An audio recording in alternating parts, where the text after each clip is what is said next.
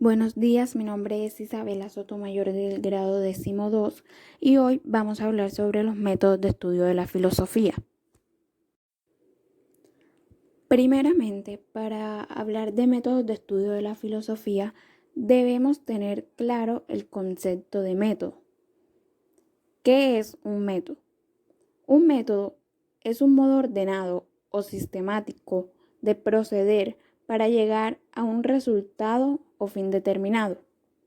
En pocas palabras, un método es el procedimiento que se sigue para llegar a algo. Ya teniendo claro el concepto de método, ahora hablaremos sobre qué es un método filosófico. Un método filosófico es el modo que tienen los filósofos de abordar las cuestiones filosóficas, caracterizado por tener presente la duda, el argumento y la dialéctica. Aunque cada filósofo sigue su propio método para responder las preguntas que se le presentan, existen algunos aspectos en comunes. Ya teniendo claro el concepto de método y de métodos filosóficos, hablaremos ahora sobre los métodos de la filosofía o métodos de estudio de la filosofía. Empezaremos con el método socrático. Este método se le atribuye al filósofo Sócrates, quien fue uno de los filósofos griegos más influyentes en la antigüedad. A pesar de que no escribió ninguna obra filosófica y que lo único que se sabe de sus ideas es por los diálogos de su discípulo Platón. Sócrates utilizaría como método principal de su filosofía la mayéutica. Esta entendida como el arte de dar a luz o parir conocimientos.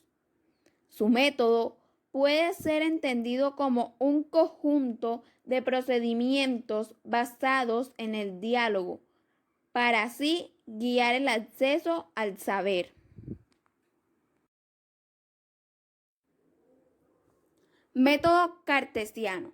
Fue propuesto por el filósofo francés René Descartes.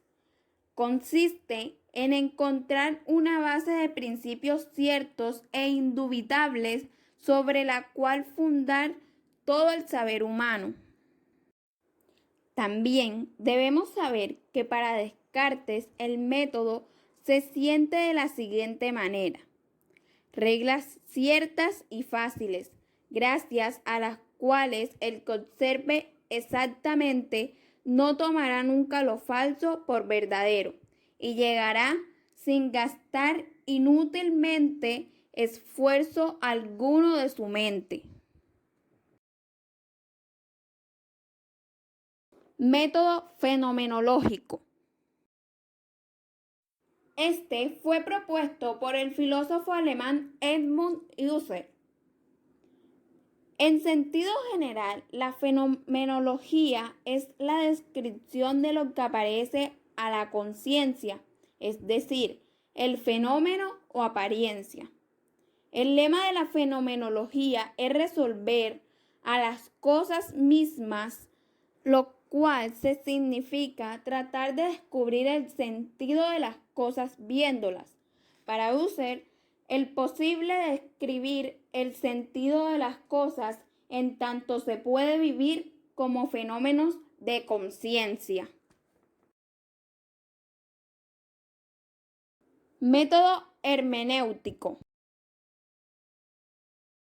Es el arte de la interpretación de un texto. A veces se ha identificado como la exágesis o con la reflexión metodológica sobre la interpretación. Este método fue propuesto por el filósofo alemán Friedrich, en el cual el intérprete o sujeto que interroga debe identificarse con el autor que escribió en el pasado.